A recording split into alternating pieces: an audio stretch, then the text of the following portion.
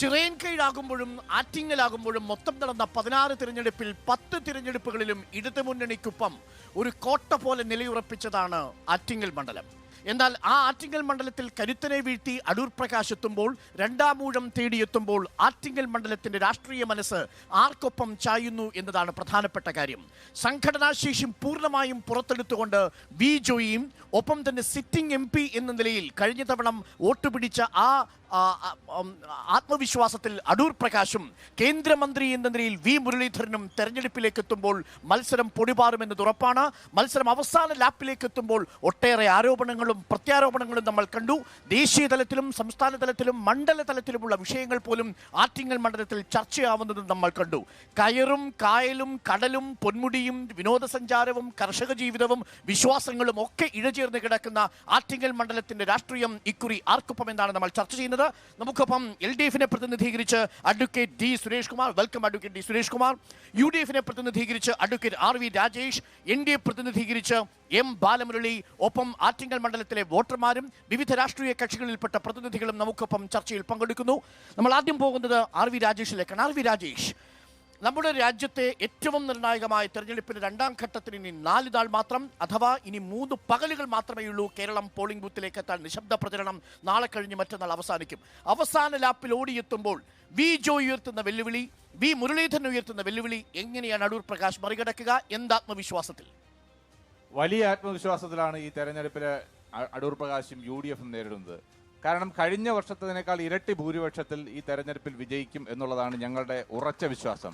ഒരുപാട് വികസന പ്രവർത്തനങ്ങൾ ഇവിടെ നടത്തിയിട്ടുണ്ട്. അതോടൊപ്പം തന്നെ MP എന്നുള്ള രീതിയിൽ അദ്ദേഹത്തിൻ്റെ ഇടപെടലുകൾ, പാർലമെന്റിനകത്തായാലും പുറത്തായാലുമുള്ള ഇടപെടലുകൾ, എല്ലാം ഉപരിയായി ഈ രാജ്യത്തൊരു മതേതര ഗവൺമെൻറ് ഉണ്ടാകണമെന്ന് മതേതര ചിന്തയുള്ള, ഏറ്റവും കൂടുതൽ മതേതര വിശ്വാസികളുള്ള ഈ മണ്ഡലത്തിലെ ജനങ്ങൾ ചിന്തിക്കുന്നു. ഇത് തന്നെയാണ് ഞങ്ങളുടെ ആത്മവിശ്വാസം. ആ ആത്മവിശ്വാസം ഈ തെരഞ്ഞെടുപ്പ് കഴിയുമ്പോൾ അടൂർ പ്രകാശ് വീണ്ടും ഒരിക്കൽ കൂടി ഈ നിയോജകമണ്ഡലത്തിന്റെ MP ആയി തീരുമെന്നുള്ള കാര്യത്തിൽ യാതൊരു സംശയവുമില്ല. ആറ്റിങ്ങൽ മണ്ഡലത്തിന്റെ സകല മുക്കിലും മൂലയിലും CPM-ന്റെ പാർട്ടി മെഷീനറി ഉഷാറായി പ്രവർത്തിക്കുകയാണ്. നിങ്ങൾ അതിനെ എങ്ങനെയാണ് അതിജീവിക്കാൻ പോകുന്നത്? അപ്പൊ ആരോട് ഇത് പറഞ്ഞാൽ കഴിഞ്ഞ തെരഞ്ഞെടുപ്പിൽ ഈ പാർട്ടി മിഷണറി ഒന്നും ഇവിടെ ഇല്ല. ജില്ലാ സെക്രട്ടറി നേരിട്ട് കളത്തിൽ അല്ല, കഴിഞ്ഞ തവണ ഏറ്റവും പ്രബലനായ ഒരു സ്ഥാനാർത്ഥിയായിരുന്നു മത്സരിച്ചത്, ശ്രീ A. സമ്പത്ത്. അദ്ദേഹം ഇവിടെ എത്ര തവണ MP ആയിരുന്നു. അദ്ദേഹത്തിന്റെ ഇവിടെ ഉണ്ടായിരുന്ന സ്വാധീനം, ആ സ്വാധീനമൊന്നും എന്തായാലും ഇപ്പോഴത്തെ സ്ഥാനാർത്ഥിക്ക് ഇല്ല. അങ്ങനെ സ്വാധീനമുണ്ടായിരുന്ന A. സമ്പത്തിനെ അട്ടിമറിച്ചുകൊണ്ടാണ് ഇവിടെയുള്ള കഴിഞ്ഞ കുറെ നാളുകളായിരുന്ന LDF-ന്റെ ഒരു ആധിപത്യത്തെ മാറ്റിമറിച്ചുകൊണ്ടാണ്. പോയ വർഷം രാഹുൽ ഗാന്ധിയുടെ വരവ്, പ്രധാനമന്ത്രിയാകുമെന്നുള്ള പ്രതീക്ഷ, ഒപ്പം അയ്യപ്പൻ തുണച്ചു, വിശ്വാസം, ഇതൊക്കെ വളരെ പ്രധാനപ്പെട്ട വിഷയങ്ങളാണ്. ഇത്തവണ അതൊന്നുമില്ല. ഇപ്പൊ അതിനേക്കാൾ കൂടുതലാണ് രാഹുൽ ഗാന്ധി പ്രധാനമന്ത്രിയാകുമെന്ന് കൂടുതൽ ജനങ്ങൾ ഉറപ്പിച്ചു പറയുന്ന ഒരു തെരഞ്ഞെടുപ്പാണിത്. കാരണം രാജ്യത്തൊരു മതേതര ഗവൺമെന്റ് ഉണ്ടാകേണ്ടതിന്റെ ആവശ്യകത എല്ലാ വിഭാഗം ജനങ്ങളും, അത് ഇന്ത്യ മുന്നണിയിൽ നിങ്ങളോടൊപ്പം സഹകരിക്കുന്ന CPM പറയുന്നു രാഹുൽ ഇടതുപക്ഷക്കാർ പോലും രാഹുൽ ഗാന്ധി അല്ലെങ്കിൽ കോൺഗ്രസ് ഈ രാജ്യത്ത് അധികാരത്തിൽ വരണമെന്ന് ആഗ്രഹിക്കുകയാണ്. ഉള്ളുകൊണ്ട് ആഗ്രഹിക്കുന്നില്ലെങ്കിൽ പോലും, അവർ പരസ്യമായി പറയുന്നില്ലെങ്കിൽ പോലും ഇടതുപക്ഷക്കാരുടെ മനസ്സിലുണ്ട് ആ ഒരു ചിന്ത. എങ്ങനെയാണ് അടൂർ പ്രകാശിനെ മറികടക്കാൻ പോകുന്നത് എന്നാണ് പ്രധാനപ്പെട്ട ചോദ്യം. ഇരട്ടി ഭൂരിപക്ഷത്തിൽ അടൂർ പ്രകാശ് കയറിപ്പോകുമെന്നാണ്. വി ജോയിയുടെ സംഘടനാ തന്ത്രത്തിന് കഴിയുമോ അടൂർ പ്രകാശിനെ മറികടക്കാൻ? കഴിഞ്ഞ പാർലമെന്റ് തെരഞ്ഞെടുപ്പിൽ അടൂർ പ്രകാശ് ഈ മണ്ഡലത്തെ പ്രതിനിധീകരിച്ചു. ഈ തെരഞ്ഞെടുപ്പിൽ അദ്ദേഹത്തിൻ്റെ സാന്നിധ്യം ഈ മണ്ഡലത്തിൽ അറിയിക്കാൻ സാധിച്ചിട്ടില്ല എന്നുള്ളതാണ് ഏറ്റവും പ്രധാനമായും ഞങ്ങൾ ഉയർത്തുന്നത്. ഇവിടെ ഇടതുപക്ഷ ജനാധിപത്യ മുന്നണി സ്ഥാനാർത്ഥിയായി മത്സരിക്കുന്ന സഖാവ് അഡ്വക്കേറ്റ് വി ജോയ് വലിയ അഡ്വാൻറ്റേജോടുകൂടിയാണ് ഈ മണ്ഡലത്തിൽ മത്സരിക്കുന്നത്. 1,25,302 വോട്ടിൻ്റെ ഭൂരിപക്ഷം. കഴിഞ്ഞ നിയമസഭാ തെരഞ്ഞെടുപ്പിൽ ഇടതുപക്ഷ ജനാധിപത്യ മുന്നണിക്ക് ആറ്റിങ്ങൽ പാർലമെന്റ് നിയോജക മണ്ഡലത്തിലുണ്ട്. കഴിഞ്ഞ ഈ മണ്ഡലത്തിൻ്റെ ചരിത്രം പരിശോധിച്ചാൽ വർക്കല രാധാകൃഷ്ണൻ, A. സമ്പത്ത്, സുശീല ഗോപാലൻ, ഒരു ഇടതുപക്ഷ നിലവാരം, എപ്പോഴും ഇടതുപക്ഷത്തോടൊപ്പം അനുഭാവം പുലർത്തിയ ഒരു മണ്ഡലമാണ് ഈ ആറ്റിങ്ങൽ മണ്ഡലം. തീർച്ചയായിട്ടും ആ ഒരു കാലം മാറ്റി നിർത്തി നമ്മൾ നോക്കിക്കഴിഞ്ഞാൽ കഴിഞ്ഞ കുറേ കാലത്തെ ഇടതുപക്ഷ ജനാധിപത്യ മുന്നണിയുടെ പെർഫോമൻസ് ആറ്റിങ്ങൽ നിയോജക മണ്ഡലത്തിൽ വളരെ ആധികാരികമാണ്. മാത്രവുമല്ല, വികസനമാണ് ഇവിടെ ചർച്ച ചെയ്യുന്നത്. ഏറ്റവും പ്രധാനം സാധാരണക്കാരൻ്റെ മക്കൾ ആശ്രയിക്കുന്ന സ്കൂളുകളിലെ കമ്പ്യൂട്ടർ ലാബ് വിവരാവകാശ പ്രകാരം എടുത്തതാണ്. നമുക്ക് വികസനത്തിലേക്ക് വരാം. ആദ്യം ദേശീയ വിഷയത്തിൽ എൻ്റെ ഒരു ചോദ്യത്തിന് ഉത്തരം വേണം. നിങ്ങൾ ഇന്ത്യ മുന്നണിയുടെ ഭാഗമായി കേരളത്തിന് പുറത്ത് മത്സരിക്കുമ്പോഴും കേരളത്തിനുള്ളിൽ നിങ്ങൾ രണ്ട് വ്യത്യസ്ത ചേരികളിലെ മത്സരിക്കുന്നു, ശരി. പക്ഷെ അപ്പോഴും ഒരു പ്രധാനപ്പെട്ട ചോദ്യം, നിങ്ങൾ രാഹുൽ ഗാന്ധിയെ പ്രധാനമന്ത്രി സ്ഥാനത്തേക്ക് പരിഗണിക്കുന്നതേയില്ല എന്ന് മുഖ്യമന്ത്രി പറയുന്നു. ഇന്ത്യ മുന്നണിയുടെ പ്രസക്തി നഷ്ടപ്പെടുത്തുന്നത് രാഹുൽ ഗാന്ധിയാണ്. ഒരു മിനിറ്റ് എനിക്ക് വേണം. വെറുപ്പിന്റെ കമ്പോളത്തിൽ സ്നേഹത്തിന്റെ കട തുറക്കാൻ വന്നയാളാണ് രാഹുൽ ഗാന്ധി. ജനാധിപത്യ ധ്വംസനത്തിന്റെ മാർക്കറ്റിൽ വർഗീയതയുടെ മൊത്ത കച്ചവടക്കാരനായിട്ടുള്ള നരേന്ദ്രമോദിയോട് ഇപ്പോൾ യാചിക്കുകയാണ് മതനിരപേക്ഷതയുടെ, ഭരണഘടനയുടെ, ജനാധിപത്യത്തിന്റെ കാവലാളായിട്ടുള്ള പിണറായിയെ അറസ്റ്റ് ചെയ്യാൻ. ഇതിലൂടെ രാഹുൽ ഗാന്ധി തനിക്ക് ദേശീയ രാഷ്ട്രീയത്തിൽ ഒരു നേതാവാകാനുള്ള പക്വതയും പാകതയും ഇല്ലെന്ന് അടിവരയിട്ട് തെളിയിച്ചു കൊണ്ടിരിക്കുകയാണ്. രാഹുലിന് ഇന്ത്യ മുന്നണിയെ നയിക്കാനല്ല, വയനാട്ടിലെ സുൽത്താൻ ബത്തേരിയിൽ ഏതെങ്കിലും ഒരു കൊച്ചു മുന്നണിയെ നയിക്കാനുള്ള ആർജവം പോലും, രാഷ്ട്രീയ പക്വത പോലും ഇല്ല എന്ന് അദ്ദേഹം ഈ ഒരു പ്രസ്താവനയിലൂടെ അടിവരയിട്ട് തെളിയിച്ചിരിക്കുകയാണ്. അപക്വമായ പ്രസ്താവനയായിരുന്നു അത്. ഞാൻ വരാം ശ്രീ ബാലമുരളി. അതിനു മുമ്പ് അപക്വമായ പ്രസ്താവനയായിരുന്നു. തീർച്ചയായുമാണല്ലോ. ഞാൻ രാഹുൽ ഗാന്ധിയുടെ കാര്യം ചോദിച്ചത്. രാഹുൽ ഗാന്ധിയുടെ പ്രസ്താവന വളരെ ക്ലിയർ അല്ലേ? രാഹുൽ ഗാന്ധി പറഞ്ഞത് ഈ രാജ്യത്തെ വർഗീയ ഫാസിസ്റ്റ് ശക്തികളോട് അല്ലെങ്കിൽ പ്രധാനമന്ത്രി നരേന്ദ്രമോദിയോട് സറണ്ടർ ചെയ്തുകൊണ്ട് ഒരു മുഖ്യമന്ത്രി നിൽക്കുമ്പോൾ അദ്ദേഹത്തിന്റെ കേസുകൾ, SNC ലാബിലടക്കമുള്ള കേസുകൾ 48 തവണയും 56 തവണയും കേന്ദ്ര ഗവൺമെന്റ് അഭിഭാഷകൻ, CBIയുടെ അഭിഭാഷകൻ മാറ്റിവെച്ചുകൊണ്ടിരിക്കുമ്പോൾ, മകളുടെ അടക്കമുള്ള മാസപ്പടി കേസുകൾ അദ്ദേഹം അന്വേഷണത്തെ നേരിടുമ്പോൾ ആ ഭയപ്പാടിൽ നിന്ന് ഒരു ഭയപ്പാടിൽ നിന്നാണ് അദ്ദേഹം ഈ ഗവൺമെന്റുമായി, മോഡി ഗവൺമെന്റുമായി രാജേഷ് നോക്കൂ, ഒരു നിർണായകമായ തെരഞ്ഞെടുപ്പിൽ ഒരു ഡു ഓർ ഡൈ സിറ്റുവേഷനിൽ നിന്നുകൊണ്ട് നിങ്ങൾക്കൊപ്പം ഈ ഡിണ്ടിഗലിലും മധുരയിലും രാജസ്ഥാനിലെ ഷിക്കാറിലും ഒക്കെ ഒരു പ്രധാനപ്പെട്ട കക്ഷിയായി തന്നെ മത്സരിക്കുന്ന CPMലെ പോളിറ്റ് ബ്യൂറോ അംഗത്തെ എന്തുകൊണ്ട് ED ചോദ്യം ചെയ്യുന്നില്ല എന്ന് പറയുമ്പോൾ സ്വന്തം ടീമിൽ നിൽക്കുന്നയാളെ ഒറ്റക്കൊടുക്കുകയല്ലേ നിങ്ങൾ? ഒരിക്കലുമല്ല. ഇവിടെ കേരളത്തിലെ CPM അത് പിണറായി വിജയന്റെ CPM ആണ്. ആ CPM ഇവിടെ BJPയുമായി അഡ്ജസ്റ്റ്മെന്റ് ആണ്. അത് നമുക്ക് വളരെ ക്ലിയർ ആയി അങ്ങനെയുള്ള വർഗീയ ശക്തികളോടുമായി ഞങ്ങൾ സന്ധി ചെയ്യില്ല. അതുകൊണ്ട് തന്നെയാണ് പിണറായി വിജയനെ ED തൊടാത്തത്. അത് നമുക്ക് വളരെ വ്യക്തമായി. നിങ്ങളുടെ ലക്ഷ്യം മോദിയാണോ അതോ പിണറായി ആണോ? ഞങ്ങളുടെ ലക്ഷ്യം മോഡിയാണ്, BJPയാണ്. BJP ഗവൺമെന്റിനെ താഴെ ഇറക്കാനാണ്. CPM ആരോടൊപ്പം? കോൺഗ്രസിനോടൊപ്പമോ മോഡിയോടൊപ്പമോ? അതാണ് ഈ തെരഞ്ഞെടുപ്പിലെ ചോദ്യം. ഓക്കെ, നോക്കൂ ബാലമുരളി, ഏറ്റവും പ്രധാനപ്പെട്ട ഒരു വിഷയമായി ഇന്ന് രാജ്യം ചർച്ച ചെയ്യുന്നത് ഇന്നലെ രാജസ്ഥാനിലെ ബൻസ്വാരിൽ പ്രധാനമന്ത്രി നടത്തിയ പ്രസംഗമാണ്.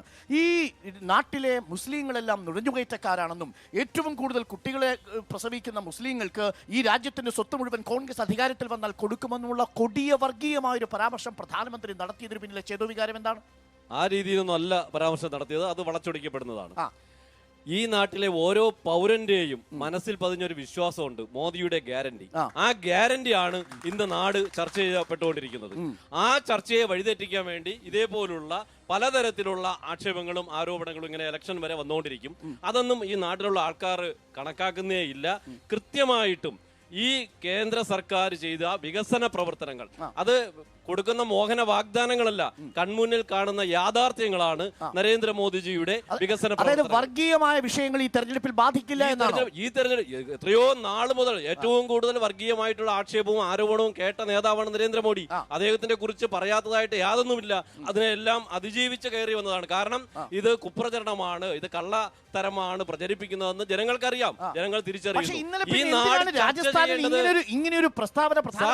ചർച്ച ചെയ്യേണ്ടത് വികസനമാണ്. വികസനം ചർച്ച ചെയ്യാൻ ഞങ്ങൾ വെല്ലുവിളിക്കുകയാണ്. ഭാരതത്തിന്റെ വികസനം പ്രചരണത്തിൽ ഈ രാജ്യത്തിന്റെ മുഴുവൻ സ്വത്തുക്കളും മുസ്ലിങ്ങൾക്ക് കൊടുക്കും കോൺഗ്രസ് അധികാരത്തിൽ വന്നാലെന്ന് ഒന്നുമില്ല. കോൺഗ്രസ് പൗരത്വ ഭേദഗതി നിയമത്തെ കുറിച്ചും മറ്റും അബദ്ധ ജടിലമായിട്ടുള്ള കാര്യങ്ങൾ പ്രചരിപ്പിക്കുകയാണ്. പ്രത്യേകിച്ച് കേരളത്തിലെ CPMഉം കോൺഗ്രസും ഇവിടെ വർഗീയ ദുർവീകരണം ഉണ്ടാക്കാനായിട്ടുള്ള ബോധപൂർവമായ ശ്രമം നടത്തുന്നു. ആ രീതിയിലുള്ള പ്രചരണങ്ങളെ ചൂണ്ടിക്കാണിക്കുന്നു എന്നല്ലാതെ യാതൊരു തരത്തിലുമുള്ള ഒരു മുസ്ലിങ്ങൾക്കോ അല്ലെങ്കിൽ ഏതെങ്കിലും ഒരു മതവിഭാഗത്തിനോ എതിരെ നമ്മുടെ പ്രധാനമന്ത്രി ഒന്നും തന്നെ പറഞ്ഞിട്ടില്ല. നെടുമങ്ങാട് അല്ലെങ്കിൽ ആറ്റിങ്ങൽ മണ്ഡലത്തിലെ ഇപ്പൊ നെടുമങ്ങാട്, വിതുര ഇതുൾപ്പെടെയുള്ള പ്രദേശങ്ങളിലെ ന്യൂനപക്ഷ വിഭാഗങ്ങൾ, പ്രത്യേകിച്ച് കടലോരങ്ങളിലുള്ള വിഭാഗങ്ങൾ, അവരിൽ ഒന്നും നിങ്ങൾക്ക് ആശങ്കയില്ല? അവരെല്ലാവരും മുത്തലാഖ് പോലുള്ള നിരോധനം കൊണ്ടുവന്നു. സ്ത്രീകളുടെ അവരുടെ സുരക്ഷ ഉറപ്പാക്കി. മുസ്ലിം സമുദായം BJPയോടൊപ്പം ചിന്തിക്കാൻ തയ്യാറാകുന്നു എന്ന് മനസ്സിലാക്കിയ ഇവർ രണ്ടു കൂട്ടരും വ്യാജ പ്രചരണം അഴിച്ചുവിടുക. നോക്കൂ RV രാജേഷ്, നരേന്ദ്രമോദിയുടെ ഗ്യാരണ്ടിക്കും അപ്പുറത്തേക്ക് നിങ്ങൾക്ക് മോദിയെ നേരിടാൻ വർഗീയമായ പ്രചരണങ്ങളിലൂടെ പറ്റുകയുള്ളൂ എന്നതാണ് പ്രധാനപ്പെട്ട ചോദ്യം. അതാണ് BJP മുന്നിലോട്ട് വയ്ക്കുന്ന ചോദ്യം. ഇവിടെ ഇപ്പോഴും പ്രസക്തമായ ചോദ്യമായി നിൽക്കുന്നത് ആറ്റിങ്ങൽ മണ്ഡലത്തിൽ എന്തുകൊണ്ട് ഒരു കോൺഗ്രസ് MP കേന്ദ്രത്തിലേക്ക് പോകണമെന്ന ചോദ്യമാണ്. നരേന്ദ്രമോദിയുടെ ഗ്യാരണ്ടി നിങ്ങൾ എങ്ങനെ മറികടക്കും? വി മുരളീധരൻ കരുത്തനാണ്. കേന്ദ്രത്തിൽ ഒരു മതേതര ഗവൺമെന്റ് ഉണ്ടാക്കാൻ വേണ്ടി ആറ്റിങ്ങലിൽ നിന്ന് ഒരു ജനപ്രതിനിധി ഉണ്ടാകണം എന്നുള്ള കാര്യത്തിൽ ഒരു സംശയവുമില്ല. അങ്ങനെ ഒരു ഗവൺമെന്റ് ഉണ്ടാകുമെന്നുള്ള കാര്യത്തിൽ ഞങ്ങൾക്ക് ഉറപ്പുണ്ട്. ഇത്തവണത്തെ ഈ തെരഞ്ഞെടുപ്പ് ഇത് നരേന്ദ്രമോദിയുടെ ഫാസിസ്റ്റ് ഗവൺമെന്റിന് അന്ത്യം കുറിക്കുന്ന ഒരു തെരഞ്ഞെടുപ്പായിരിക്കും. ഇവിടെ ഇന്ന് പ്രധാനമന്ത്രി വികസനത്തെ കുറിച്ചൊക്കെയാണ് ശ്രീ ബാലമുരളി പറഞ്ഞത്. പക്ഷെ അദ്ദേഹം ഇന്നത്തെ പ്രധാനമന്ത്രിയുടെ ഏറ്റവും വിഷം ചീറ്റുന്ന പ്രസംഗത്തെ കുറിച്ച് അദ്ദേഹം പറഞ്ഞില്ല. അദ്ദേഹം അത് കേട്ടില്ലെന്നാണ് എനിക്ക് തോന്നുന്നത്. നമ്മൾ രാജസ്ഥാനിലെ പ്രസംഗം കേട്ടപ്പോൾ നമ്മൾ ഞെട്ടിപ്പോയില്ലേ? ഇന്ത്യയുടെ ഒരു പ്രധാനമന്ത്രിയും നടത്താത്ത രീതിയിൽ ഏറ്റവും വലിയ ഹെയ്റ്റ് പൊളിറ്റിക്സ് ആണ് അദ്ദേഹം നടത്തിയിരിക്കുന്നത്. ഇത്രയും വലിയ ഹെയ്റ്റ് സ്പീച്ച് ഒരു രാഷ്ട്രീയ നേതാവും അല്ലെങ്കിൽ ഒരു അധികാരത്തിരിക്കുന്ന ഒരു ഭരണഘടനാ പദവിയിലിരിക്കുന്ന ഒരു മനുഷ്യനും നടത്തിയിട്ടില്ല. എന്താണ് അദ്ദേഹം പറഞ്ഞിരിക്കുന്നത്? ഈ രാജ്യത്തെ ഒരു വിഭാഗം ജനങ്ങളെ ഒറ്റപ്പെടുത്തിക്കൊണ്ട് അവരെ ഈ രാജ്യത്തിൽ നിന്ന് തുടച്ചു നീക്കുക എന്നുള്ള ലക്ഷ്യത്തോടു കൂടിയുള്ള ഒരു പ്രസംഗം പ്രധാനമന്ത്രി നടത്തുമ്പോൾ അതെങ്ങനെയാണ് അദ്ദേഹം പറയുന്നത് എന്താണ്? BJP പറയുന്നതാണ് സബ്കെ സാത്ത് സബ്കെ വികാസ് എന്നാണ്. പക്ഷെ ആരോടൊപ്പമാണ് ഈ ഗവൺമെന്റ്? ആരോടൊപ്പമാണ് ഇന്ത്യയുടെ പ്രധാനമന്ത്രി? അദ്ദേഹം പറഞ്ഞത് കോൺഗ്രസിന്റെ പ്രകടന പത്രികയിൽ ഇന്ത്യയിലെ ഒരു വിഭാഗം ജനങ്ങളുടെ ഹിന്ദുക്കളുടെ സാധനങ്ങൾ കവർന്നെടുത്തുകൊണ്ട് മുസ്ലിങ്ങൾക്ക് കൊടുക്കാൻ പോകുന്നു എന്നൊക്കെ എത്ര വിദ്വേഷകരമായിട്ടുള്ള കോൺഗ്രസിന്റെ പ്രകടന പത്രിക പ്രധാനമന്ത്രി കണ്ടിട്ടുണ്ടോ? ആ പ്രകടന പത്രികയിൽ എന്താണ് കൃത്യമായി പറയുന്നത്? ഞങ്ങളുടെ അത് ഞങ്ങൾ പറഞ്ഞിട്ടുണ്ട്. ഈ ഗവൺമെന്റ് എടുത്തിട്ടുള്ള എല്ലാ ജനവിരുദ്ധമായ ഭരണഘടനാ വിരുദ്ധമായ ബില്ലുകളെയും അല്ലെങ്കിൽ നിയമനിർമ്മാണങ്ങളെയും സത്യസന്ധമായി പറയും. ഇന്ന് പി ചിദംബരം പറഞ്ഞത് ഈ പൗരത്വ നിയമ ഭേദഗതി ഞങ്ങൾ അധികാരത്തിൽ വന്നാൽ റദ്ദു ചെയ്യുമെന്ന് പറയാതിരുന്നത് ഈ പറയുന്ന മാനിഫെസ്റ്റോയുടെ നീളം കൂടുമെന്ന് ആയതുകൊണ്ടാണ്. അത്രേ ഒരൊറ്റ വാചകം പോരെ സാർ? 72 പേജുള്ള നിങ്ങളുടെ മാനിഫെസ്റ്റോയിൽ ഒരു വാചകം വ്യക്തമായി അത് ശ്രീ അരുൺ നോക്കിയാൽ മനസ്സിലാകും. ഈ ഗവൺമെന്റ് എടുത്തിട്ടുള്ള ഭരണഘടനാ വിരുദ്ധമായിട്ടുള്ള ഇന്ത്യയുടെ പാർലമെന്റിനെ ഇരുട്ടിൽ നിർത്തിക്കൊണ്ട് ഇന്ത്യയുടെ പാർലമെന്റ് അംഗങ്ങളെ പുറത്താക്കിക്കൊണ്ട് എടുത്തിട്ടുള്ള ആ തീരുമാനങ്ങൾ, ആ ബില്ലുകൾ അത് മുഴുവൻ റദ്ദു ചെയ്യുമെന്ന് ഇവിടെയാണ് കേരള മുഖ്യമന്ത്രിയുടെ കൗശലം. ന്യൂനപക്ഷ വോട്ടുകൾ നോട്ടമിട്ടുകൊണ്ട് തുടർച്ചയായി നിങ്ങൾ രാഹുൽ ഗാന്ധിയെയും കോൺഗ്രസിനെയും ആക്ഷേപിക്കുമ്പോഴാണ് അവർ തിരിഞ്ഞു പ്രതികരിക്കാൻ തുടങ്ങിയത്. അതിനകത്ത് ഒരൊറ്റ കാര്യമുണ്ട്. നേരത്തെ എന്റെ സുഹൃത്ത് RV പറഞ്ഞത് രാഹുലിന്റെയും കോൺഗ്രസിന്റെയും ഒറ്റിക്കൊടുക്കലിന്റെ ചരിത്രം അത് പിണറായിയിൽ അവസാനിക്കുന്നില്ല. അരവിന്ദ് കെജ്രിവാൾ ഇന്ന് തീഹാർ ജയിലിലാണ്. എന്താണ് കാരണം? ഡൽഹിയുടെ PCC പ്രസിഡന്റ് കൊടുത്ത പരാതിയുടെ അന്വേഷണത്തിന്റെ അടിസ്ഥാനത്തിലാണ് അദ്ദേഹം ജയിലിലായത്. അദ്ദേഹം ജയിലിലായതിനു ശേഷം രാംലീല മൈതാനത്ത് നടന്ന ആൾ പാർട്ടി പ്രതിഷേധത്തിൽ പങ്കെടുക്കാൻ കോൺഗ്രസ് മുൻനിരയിലുണ്ടായിരുന്നു. ഇതാണ് ഒറ്റിക്കൊടുക്കലിന്റെ വഞ്ചനയുടെ രാഷ്ട്രീയ ചരിത്രം. ഇവിടെ സൂചിപ്പിച്ചു CAA കുറിച്ച്, സിറ്റിസൺഷിപ്പ് അമെൻമെന്റ് ആക്ടിനെ കുറിച്ച് വളരെ കൃത്യമായ ചോദ്യമാണ് ഡോക്ടർ അരുൺ ചോദിച്ചത്. എന്നാൽ കേരളത്തിന്റെ പ്രതിപക്ഷ നേതാവും ഇവിടെ ആക്ടിംഗ് KPCC പ്രസിഡന്റായിരിക്കുന്നയാളും ഇന്നലെ വരെ ഈ കേരളത്തിന്റെ പൊതുസമൂഹത്തെ എന്ത് പറഞ്ഞാണ് തെറ്റിദ്ധരിപ്പിച്ചിരുന്നത്? പ്രകടന പത്രികയുടെ 8-ാം പേജിൽ സിറ്റിസൺഷിപ്പ് അമെൻമെന്റ് ആക്ടിനെ കുറിച്ച് കൃത്യമായി പ്രതിപാദിച്ചിട്ടില്ല. അതിന്ന് P ചിദംബരം പറഞ്ഞതോടുകൂടി വ്യക്തമായി. സിറ്റിസൺഷിപ്പ് അമെൻമെന്റ് ആക്ട്, മുത്തലാഖ് ബില്ല്, പാലസ്തീൻ ഇസ്രായേൽ വിഷയം, ഇത്തരം കാര്യങ്ങളിലെല്ലാം തന്നെ ഈ കേരളത്തിലെയും ഇന്ത്യയിലെയും ന്യൂനപക്ഷങ്ങളെ അവരെ വഞ്ചിക്കുന്ന സമീപനമാണ് ഇന്ത്യൻ നാഷണൽ കോൺഗ്രസ് സ്വീകരിച്ചിട്ടുള്ളത്. നരേന്ദ്രമോദിയുടെ B ടീമായി രാഹുൽ ഗാന്ധി പ്രവർത്തിച്ചിട്ടുണ്ട്. മുഖ്യമന്ത്രി പിണറായി വിജയന്റെ ശബ്ദവും നരേന്ദ്രമോദിയുടെ ശബ്ദവും ഒരുപോലെ ഇരിക്കുന്നു എന്നാണ്. നരേന്ദ്രമോദി രാജസ്ഥാനിൽ സംസാരിക്കും, പിറ്റേ ദിവസം മുഖ്യമന്ത്രി ഇവിടെ പറയും. ഒരിക്കലും കൃത്യമായി ഇവിടെ മുഖ്യമന്ത്രിയുടെ യോഗം റിപ്പോർട്ട് ചെയ്തിട്ടുള്ള ചാനലാണ് റിപ്പോർട്ട്. ഉത്തരേന്ത്യയിൽ നിന്ന് ഒളിച്ചോടി വന്ന് മത്സരിക്കുകയാണ് രാഹുൽ എന്നും, രാഹുൽ ഈ വയനാട്ടിൽ മത്സരിച്ചു കഴിഞ്ഞാൽ പിന്നീട് അമേഠിയിലേക്ക് മത്സരിക്കാൻ പോകുമെന്നും പറഞ്ഞത് പ്രധാനമന്ത്രിയാണ്. മുഖ്യമന്ത്രി പറയുന്നു അദ്ദേഹം രാഹുൽ ഗാന്ധി യഥാർത്ഥത്തിൽ ഫാസിസ്റ്റുകൾക്കെതിരായിട്ടുള്ള സമരവും പോരാട്ടവുമാണ് നയിച്ചിരുന്നതെങ്കിൽ അവിടെ ഉത്തരേന്ത്യയിൽ താമര ചിഹ്നത്തിനെതിരായി മത്സരിക്കണമായിരുന്നു. എന്തുകൊണ്ട് അദ്ദേഹം ഇവിടെ വയനാട്ടിലേക്ക് ഓടി ഒളിച്ചു വന്നു? അത് ഞങ്ങൾ ഇപ്പോഴും ചോദിക്കുന്ന പ്രസക്തമായ ചോദ്യമാണ്. എന്തുകൊണ്ട് അദ്ദേഹം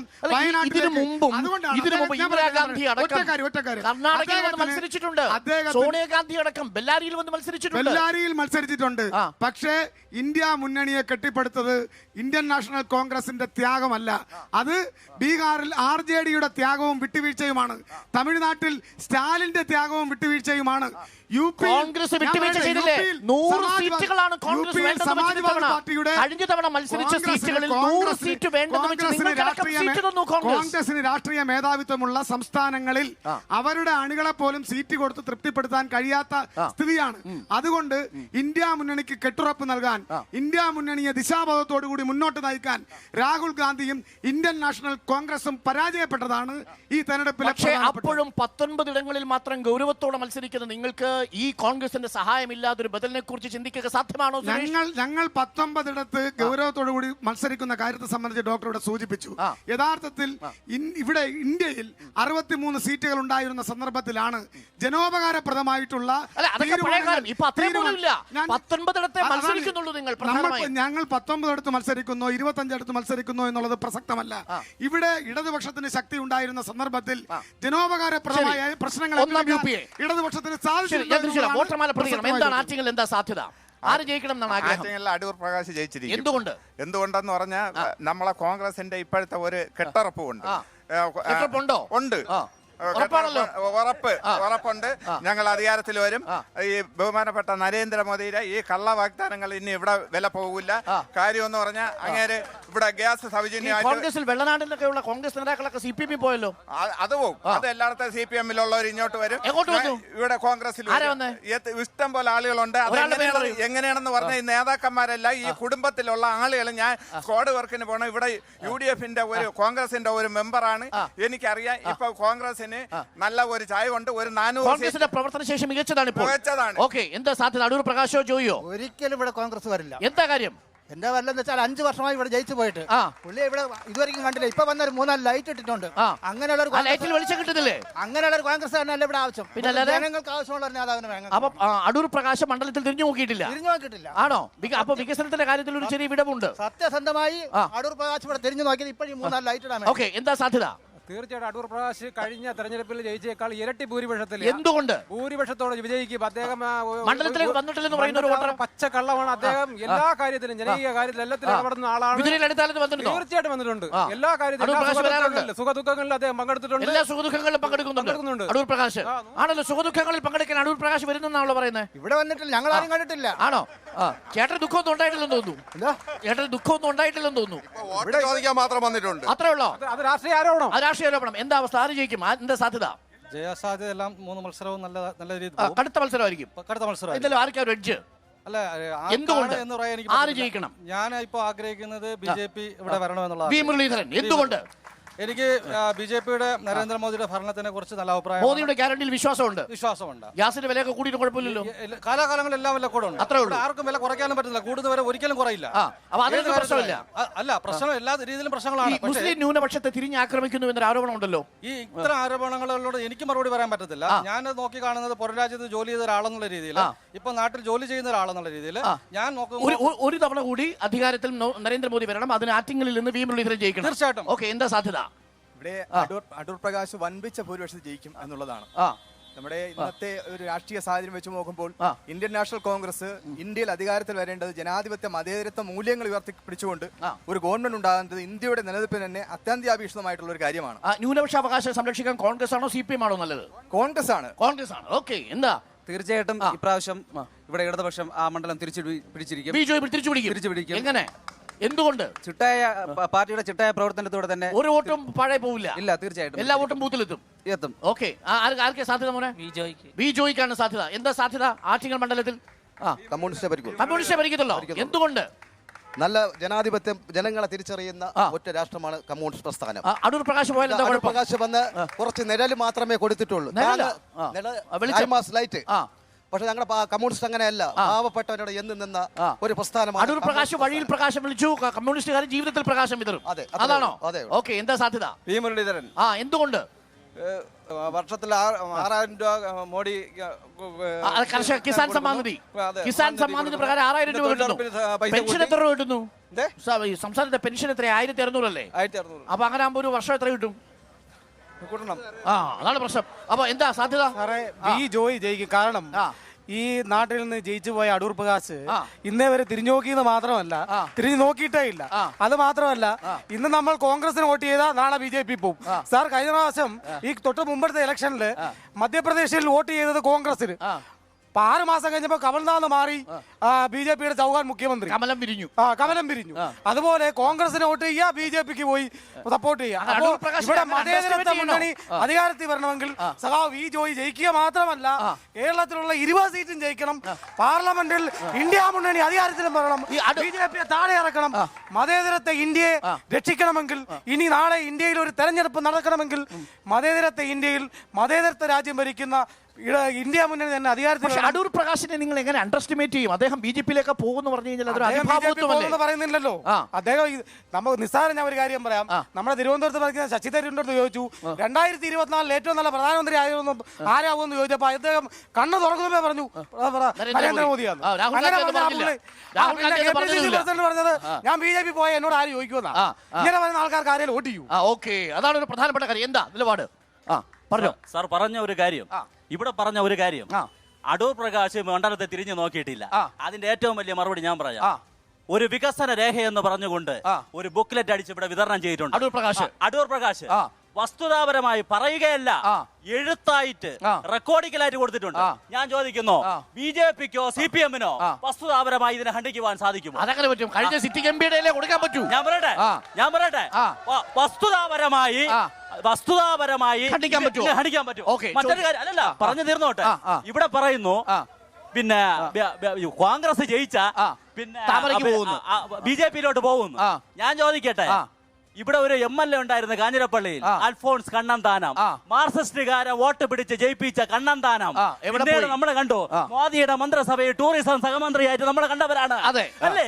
പിണറായി വിജയനും ഈ കണ്ണന്താനവും ഒരേ വള്ളത്തെ യാത്ര ചെയ്ത് കുട്ടനാട്ടിൽ ഈ ജനത കണ്ടവരാണ് TV മാധ്യമങ്ങളിലൂടെ. നിങ്ങൾക്ക് എന്താണ് പറയാൻ? ഞാൻ ചോദിക്കട്ടെ, ഇവിടെ പിന്നെ കർണാടകത്തിൽ ദേവഗൌഡയുടെ പാർട്ടി ഇവിടെ LDF-ന്റെ കൂടെയാണ്. നിങ്ങൾക്ക് പുറന്തള്ളാനുള്ള ധൈര്യമുണ്ടോ? നട്ടലുണ്ടായോ? മറ്റൊന്ന്, മഹാരാഷ്ട്രയില് NCPയുടെ അജിത് പവാർ വിഭാഗം അവരെ BJPയെ പിന്തുണയ്ക്കുന്നു. ഇവിടെ ആരെ കൂടെയാ? ഇവിടെ ആരോ LDF-ന്റെ കൂടെ. ഞാൻ പറയട്ടെ, അല്ല, ഇതോടനുബന്ധിച്ച് അജിത് പവാർ പക്ഷം നേരത്തെ പ്രഖ്യാപിച്ചു കേരളത്തിൽ 2 സീറ്റ് മത്സരിക്കുമെന്ന്. ഏതൊക്കെയെന്നറിയോ? ഒന്ന് പാലക്കാട്, ഒന്ന് ആറ്റിങ്ങലും. ഇപ്പൊ അവര് മത്സരിക്കുന്നില്ല. ആര് തമ്മിലാ സഖ്യം? ഈ ഇടതുപക്ഷ സഖാക്കളും BJPക്കാരും വ്യക്തമാക്കട്ടെ. എന്താ മറുപടി? പറഞ്ഞോ. ഞാൻ സെറ്റിൽമെന്റ് വന്നതാണ്. വിദ്യ പഞ്ചായത്തിൽ 27,000-ൽ പരം ജനങ്ങളുള്ളതാണ്. ഞാൻ ആദിവാസി ജനങ്ങളെ പ്രതിനിധീകരിച്ച് കഴിഞ്ഞ 30 വർഷം കൊണ്ടിരിക്കുകയാണ്. എനിക്ക് ചോദിക്കാണ്ട് കോൺഗ്രസ് പ്രതിനിധിയായ അടൂർ പ്രകാശിന്റെയും ഇടതുപക്ഷ പ്രതിനിധിയായ ജോയുടെ പ്രതിനിധിയോടെയാണ്. നിങ്ങൾ ഈ സമുദായത്തിന് എന്താണ് വികസന പ്രവർത്തനങ്ങൾ ചെയ്തിട്ടുള്ളത്? അടൂർ പ്രകാശ് കഴിഞ്ഞ 5 വർഷം ഇവിടെ ഭരിച്ച് ഇപ്പോഴും കൊണ്ടുവന്ന് സെറ്റിൽമെന്റിൽ 1 ലക്ഷം രൂപ ഒരു സീറ്റ് ലൈറ്റ് ഇട്ട് പോയാൽ മതിയാ. ഞങ്ങളുടെ ജനങ്ങൾ നടക്കാനും വിദ്യാഭ്യാസം ഉന്നത എത്താൻ വേണ്ടി ഒരു പാലം കഴിഞ്ഞ 25 വർഷം ഇവിടെ കാർത്തിയാൻ ഭരിച്ച്, 5 വർഷം മോഹൻ ഭരിച്ചു, 30 വർഷം 4 ടൈം സമ്പത്ത് 20 വർഷം ഭരിച്ച് 5 വർഷം. നിങ്ങൾ അഖിലേന്ത്യ തലത്തിലുള്ള പ്രസംഗങ്ങളിലെ മതേതരത്വം തൊലഞ്ഞു. നിങ്ങൾ കാരണം പല മീഡിയയിലും എന്താ പാലം കണ്ട പാലം സെറ്റിൽമെന്റിലോ അപ്പൊ മണ്ഡലത്തിലെ വിഷയങ്ങളും ദേശീയ വിഷയങ്ങളും കർഷകരുടെ വിഷയങ്ങളും പാർശ്വവൽക്കരിക്കപ്പെട്ടവരുടെ വിഷയങ്ങളും ചർച്ചയാകുന്നു ആറ്റിങ്ങൽ മണ്ഡലത്തിൽ. ചോദ്യങ്ങൾക്ക് മൂർച്ച കൂടുകയാണ്. ഇടവേളയ്ക്ക് ശേഷം തിരിച്ചു വരാം. ആറ്റിങ്ങൽ മണ്ഡലത്തിൽ നിന്ന് റിപ്പോർട്ടർ കുരുക്ഷേത്രം തത്സമയം. ഇടവേളയ്ക്ക് ശേഷം short break. Welcome back. Reporter കുരുക്ഷേത്രം തത്സമയം ആറ്റിങ്ങൽ ലോക്സഭാ മണ്ഡലത്തിൽ നിന്നും വിതുരയിൽ നിന്നുമാണ് തത്സമയം പ്രേക്ഷകർക്കൊപ്പം ചേരുന്നത്. കായലിൽ വലയെറിയുന്ന മനുഷ്യരുണ്ട്, കയറു പിരിക്കുന്ന മനുഷ്യരുണ്ട്, റബ്ബർ മരങ്ങളിൽ ടാപ്പ് ചെയ്ത് ഉപജീവനം കഴിക്കുന്ന മനുഷ്യരുണ്ട്, മണ്ണിൽ പൊന്നു വിളയിക്കുന്ന കർഷകരുണ്ട്, നഗരങ്ങളിൽ ജീവിക്കുന്ന മധ്യവർഗമുണ്ട്. ഈ രാഷ്ട്രീയം സങ്കീർണമാണ്. പക്ഷേ അപ്പോഴും നിയമസഭയിൽ ഇടതുപക്ഷത്തോടൊപ്പം ഉറയ്ക്കുകയും ലോക്സഭയിലേക്ക് കോൺഗ്രസിനെ അയക്കുകയും ചെയ്ത മണ്ഡലം ഇക്കുറി ആർക്കൊപ്പം നിൽക്കുമെന്നതാണ് പ്രധാനപ്പെട്ട ചോദ്യം. എന്താണ് സാധ്യത ആറ്റിങ്ങൽ മണ്ഡലത്തിൽ? ആറ്റിങ്ങൽ മണ്ഡലത്തിൽ BJP ജയിക്കും. എന്തുകൊണ്ട്? ഇവിടെ ഒരു ഏറ്റവും വലിയൊരു വിഷയം ഉണ്ടായിരുന്നത് ബഫർ സോൺ ഇഷ്യൂ ആണ്. അതിന്റെ സത്യാവസ്ഥ എന്ന് പറഞ്ഞ സാറിന് അറിയാം. അതായത് 2006 സർക്കുലർ എന്തായിരുന്നു? ഇവിടുത്തെ റിപ്പോർട്ട് 2017 കൊടുക്കണമെന്നായിരുന്നു. K. രാജു ലാസ്റ്റ് മൊമെന്റിൽ കൊടുത്ത റിപ്പോർട്ട് അനുസരിച്ചാണ് നോട്ടിഫിക്കേഷൻ വന്നത്. ആ നോട്ടിഫിക്കേഷൻ എന്ത് ചെയ്തു? ഈ ജനങ്ങളെ വഞ്ചിച്ചുകൊണ്ടുള്ള റിപ്പോർട്ടായിരുന്നു. അതായത് we don't have any problem, you can go head with what ever the circular എന്നായിരുന്നു K. രാജു എഴുതിയത്. അതനുസരിച്ച് ഇപ്പോൾ കഴിഞ്ഞ വർഷം നോട്ടിഫിക്കേഷൻ വന്നു. അപ്പോഴാണ് എല്ലാ രാഷ്ട്രീയക്കാരും ഇവിടെ നാടകം തുടങ്ങിയത്. സത്യാവസ്ഥ വി മുരളീധരൻ തിരക്കിയപ്പോൾ എൻവറോൺമെന്റ് ഡിപ്പാർട്ട്മെന്റ് എന്ന് മനസ്സിലാക്കിയത് ഇവിടുത്തെ തെറ്റായ റിപ്പോർട്ടാണെന്നുള്ളതാണ്. ഇപ്പൊ സുപ്രീം കോടതിയിൽ പോയിരിക്കുകയാണ് സർക്കാർ. അപ്പൊ ബഫർ സോൺ വിഷയത്തിൽ അത് ലഘൂകരിക്കാൻ നടപടിയെടുത്ത കേന്ദ്ര സർക്കാരിന് അനുകൂലമായി മലയോര കർഷകർ വോട്ട് ചെയ്യും. എന്താ സാധ്യത? ആര് വരും? BJP. എന്തുകൊണ്ട് BJP? ഇവിടെ ഭരണം BJP വരണമല്ലോ, മാറി വരണം. മോദിയുടെ ഗ്യാരണ്ടിയിൽ വിശ്വാസമുണ്ടോ? വിശ്വാസമുണ്ട്. അതോ പിണറായി സർക്കാരിന്റെ രാഹുലിന്റെ വാറണ്ടിയിലാണോ വിശ്വാസം? അല്ല, മോദിയുടെ ഗ്യാരണ്ടിയിലാണ് വിശ്വാസം.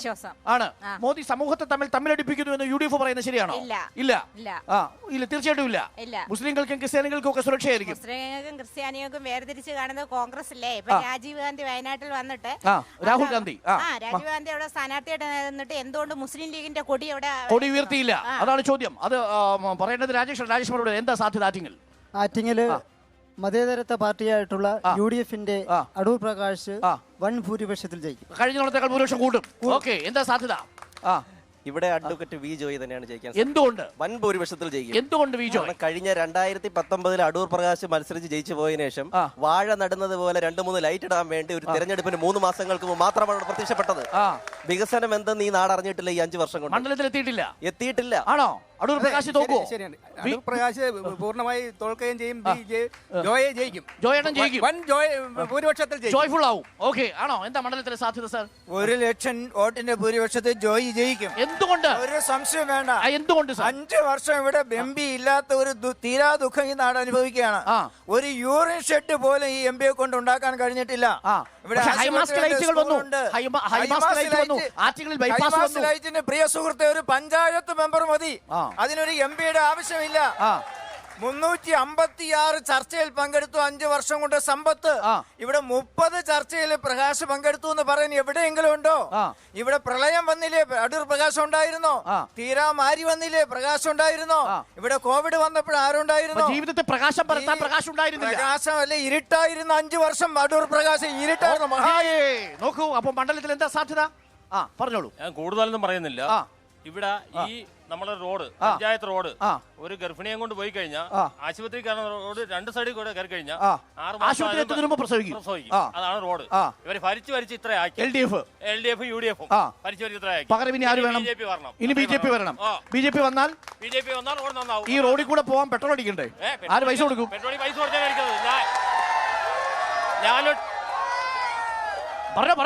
ഞാനൊരു ടാക്സി ഡ്രൈവറാണ്. ഞാൻ ഡീസൽ അടിച്ചല്ലേ ഓടുന്നത്. ഹൃദയം എന്തോല്ലേ പറയുന്നത്? ഡീസൽ ഇപ്പൊ എത്ര രൂപ? ഡീസൽ എത്ര രൂപ? 96 രൂപ. 2014 എത്രയായിരുന്നു? അല്ലല്ല, ഓടുന്ന അന്ന് പോലും ഇന്ന് പോലും 2014 ഡീസൽ എത്രയായിരുന്നു? 34 കൊല്ലം കൊണ്ട് ഞാൻ വണ്ടി ഓടുന്നതാണ് ഇവിടെ. അപ്പൊ 2014 55 രൂപ താഴെ ആയിരുന്നില്ലേ? വേറെ റോഡ് നോക്കണ്ട, ആശുപത്രി റോഡ് മാത്രം നോക്കുക. ഈ ഇടതും വലതും ഭരിച്ച് ഇത്രയാക്കി.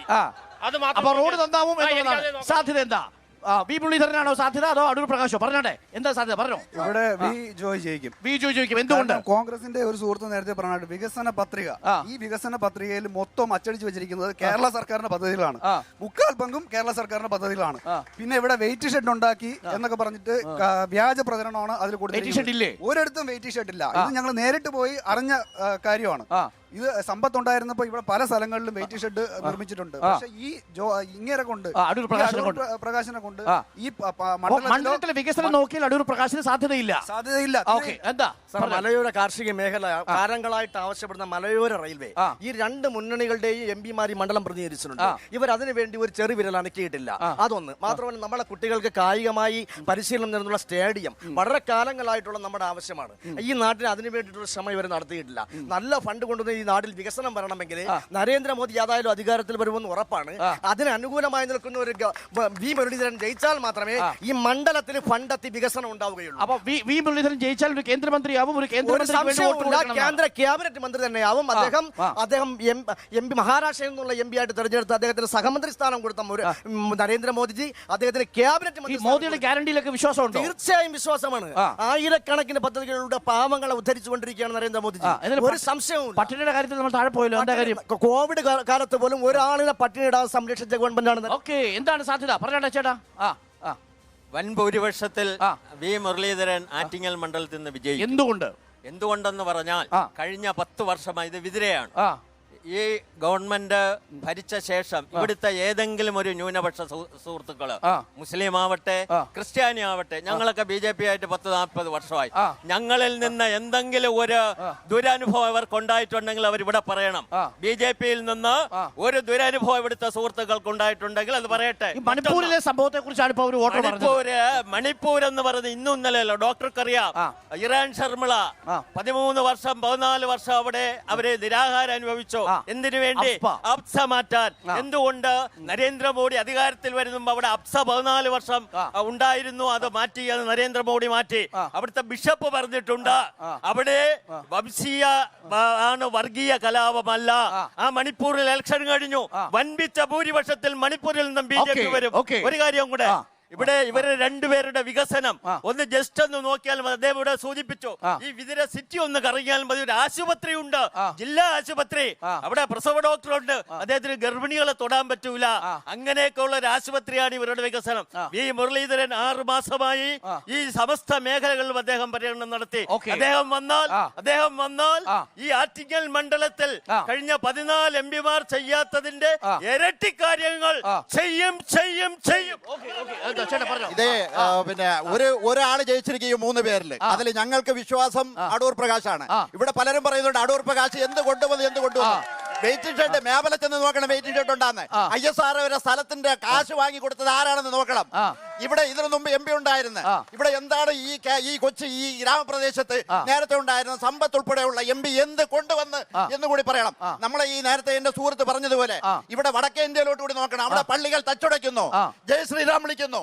അതിനെപ്പറ്റി നിങ്ങൾക്ക് എന്താണ് അഭിപ്രായം പറയാന്നുള്ളതെന്ന് പറയണം. കാരണം പെട്രോളിന്റെ പിന്നെ വില കുതിച്ചുയർന്നുകൊണ്ടിരിക്കുന്നു, പാചകവാതകത്തിന്റെ ഗ്യാസിന്റെ വില ഉയർന്നുകൊണ്ടിരിക്കുന്നത്. 400 രൂപയ്ക്കുണ്ടായിരുന്ന 1200 രൂപയായി. പക്ഷേ ഈ വില നിയന്ത്രണമൊക്കെ കളഞ്ഞത് കോൺഗ്രസിന്റെ കാലത്താ. അല്ലല്ല, കോൺഗ്രസിന്റെ കാലത്തല്ല. കോൺഗ്രസിന്റെ അധികാരമില്ലാത്തതിന്റെ ബുദ്ധിമുട്ട് ഇവിടുത്തെ ജനങ്ങൾ അനുഭവിക്കുന്നുണ്ട്. ശരി, ഞാൻ രാജേഷിൽ നിന്ന് തുടങ്ങാം. രാജേഷ്, 2 പ്രധാനപ്പെട്ട ചോദ്യങ്ങളാണ്. ഒന്ന്, അടൂർ പ്രകാശ് മണ്ഡലത്തിൽ തിരിഞ്ഞു നോക്കിയിട്ടില്ലെന്ന് ഒരു വിഭാഗം വോട്ടർമാർ പറയുന്നു. വികസന പത്രികയിൽ പറയുന്നത് സംസ്ഥാനം നടപ്പിലാക്കിയ വികസനത്തിന്റെ രേഖകളാണെന്ന് പറയുന്നു. വി മുരളീധരനെ കുറിച്ചും വി ജോയിയെ കുറിച്ചും വോട്ടർമാർക്ക് പ്രതീക്ഷയുമുണ്ട്. എന്താണ് മറുപടി? ഇവിടെ അടൂർ പ്രകാശ് നടത്തിയ വികസന പ്രവർത്തനം നമുക്ക് ഇവിടെ തൊട്ട് കാണിക്കാൻ കഴിയും. തൊട്ടടുത്ത് പോയാൽ വിതുരയിൽ ബോണക്കാട്, കരിപ്പാലം, മൊട്ടമൂട്, മണലി, ഇവിടെ എല്ലാം വെയിറ്റിംഗ് ഷെഡുകൾ പോയി നോക്കിയാൽ കാണാം. അതോടെ തൊളിക്കോട് പഞ്ചായത്തുള്ള വികസന പ്രവർത്തനങ്ങൾ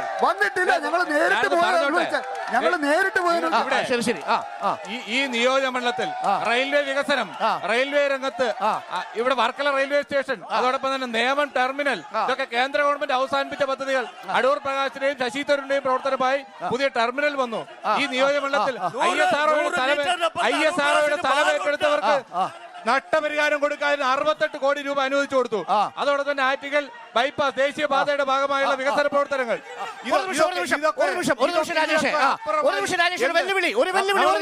മുമ്പ് MP ഉണ്ടായിരുന്നു. വെല്ലുവിളിക്കുന്നു കോൺഗ്രസിന്റെ പ്രതിനിധി, ഞങ്ങൾ വെല്ലുവിളിക്കുന്നു. ഈ പുസ്തകത്തിൽ അച്ചടിച്ചിട്ടുള്ള ഏതെങ്കിലും കാര്യം വിതുര പഞ്ചായത്തിൽ നടത്തിയിട്ടുണ്ടെങ്കിൽ ഞങ്ങൾ അവർ വെല്ലുവിളിക്കുന്നു. ഞങ്ങൾ വരൂ, നിങ്ങൾ വരൂ. വികസന പ്രവർത്തനങ്ങൾ ഇവർ അച്ചടിച്ചു വച്ചിരിക്കുന്ന വികസന പ്രവർത്തനങ്ങൾ ശബരിനാഥന്റെ മോഡലാണ്. ഇവിടെ നടക്കാത്തത് അവിടെ അടിക്കും, അവിടെ അടിക്കാത്തത് ഇവിടെ അടിക്കും. എന്ത് മണ്ടത്തരമാണ് അടൂർ പ്രകാശ്! ഇവിടെ തിരിഞ്ഞു നോക്കാത്ത അടൂർ പ്രകാശ് പഴയ MPയുടെ വികസനം കാണണമെങ്കിൽ ഇവിടെ ഒരു വെയിറ്റിംഗ് ഷെഡ് പറ്റില്ല.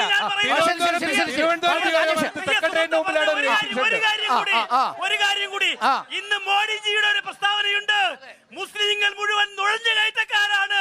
ആ അഭിപ്രായത്തെ കുറിച്ച് ഇന്നവരിവിടെ പറയണം. മുസ്ലിങ്ങളെ ന്യൂനപക്ഷങ്ങളെ കുറിച്ച് പറഞ്ഞ മോഡിജിയുടെ ഇന്നത്തെ അഭിപ്രായം, അതിന് മറുപടി പറയാൻ ഒരു ഉത്തരവാദിത്തപ്പെട്ടവരാണ്. നമുക്ക് ബാലമുരളിയോട് ചോദിക്കാം. എന്താ വളരെ പെട്ടെന്ന്, എനിക്ക് രാജേഷിലേക്ക് പോകണം. പറഞ്ഞോ. ഞാൻ ഈ അടൂർ പ്രകാശ് നടത്തിയ വികസനങ്ങൾ ഓരോന്നായിട്ട് എണ്ണി പറയാം. ഇപ്പൊ ഈ ബസ് സ്റ്റോപ്പിന്റെ വെല്ലുവിളി ഏറ്റെടുക്കുന്നു. ഞാൻ ഏറ്റെടുക്കുന്നു. എന്റെ സ്ഥലം മീനാങ്കലാണ്.